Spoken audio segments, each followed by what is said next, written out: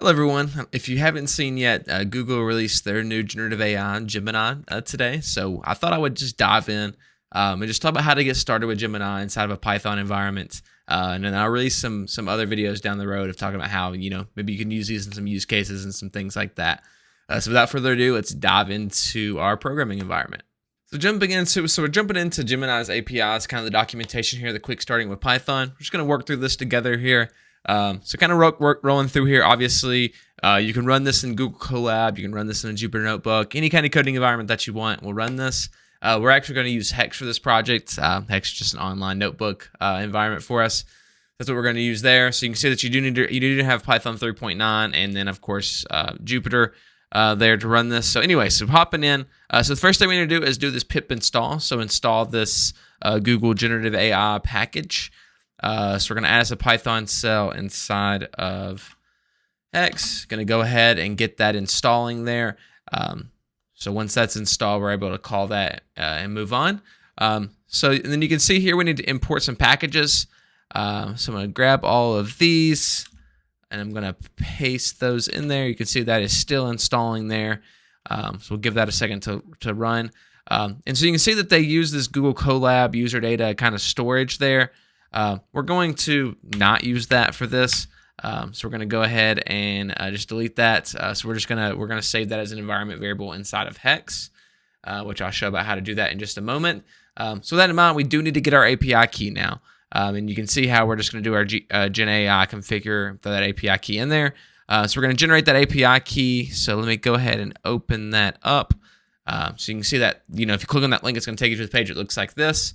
We're going to create an API key in a new project. It's going to generate that key for us.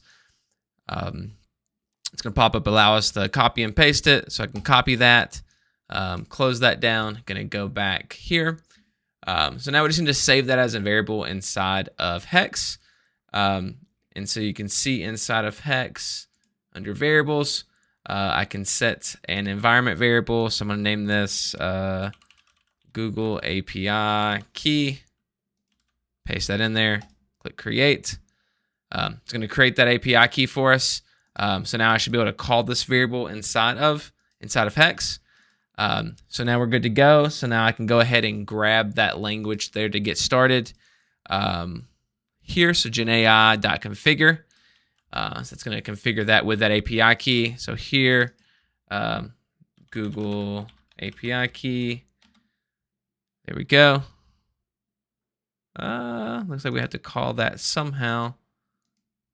I forget. There we go. We got to do the os.getInf. Okay, that's right. Everyone does it a little bit different. So os.getInf. Okay, so I'm going to go into import os, and then it is os.getIn. So os.get environment. Perfect. Close that up in there. It's great. Do I need to wrap? I need to wrap that with a string there. Boom and boom. Perfect. Close that down. Go ahead and rerun that. Should be good to go there. So we got our genai.configure set up and ready to go. So I can pop back into their API documentation. And just to kind of make sure that things are working, we can go ahead and list the models out here. So I'm going to paste that in there and go ahead and print that.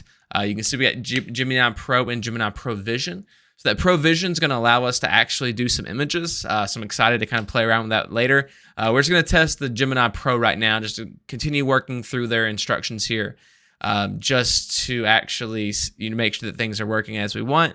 And so you can see here, we're going to set up a model using Gemini Pro. So perfect. Go ahead and do that. It's going to get us set up. Perfect. And then we're going to go ahead and do just their little base question here. What is the meaning of life? Perfect. It's great. Yeah, that'll work. So we'll generate that response there. It took a little bit longer for me earlier whenever I was running it. So we can go ahead and go back and look in here and see. And so you can see we defined this to markdown up here in the top and just their copy and paste. So that's just going to make it formatted nicely for us there. And so we can go ahead and do a to markdown, do a response.text. Perfect. There we go. So you can see there's that answer that they had there in here as well. And then, of course, if you just wanted to kind of see what the response.txt looks like without that, so we'll just do our response.txt. Perfect. Paste that. You can see it basically just spits it out to you just in a single line. Definitely not what we're looking for there. That or the 2 markdowns definitely going to be a better situation for us there. So at this point, we have Gemini. We have Gemini's API set up. We're ready to ask it any questions that we want, generate whatever content that we want. So that's going to be it for this video. So this was just setting up Gemini. Be looking for some follow-ups on just some more content generated with Gemini. So I'm looking forward to building that for you.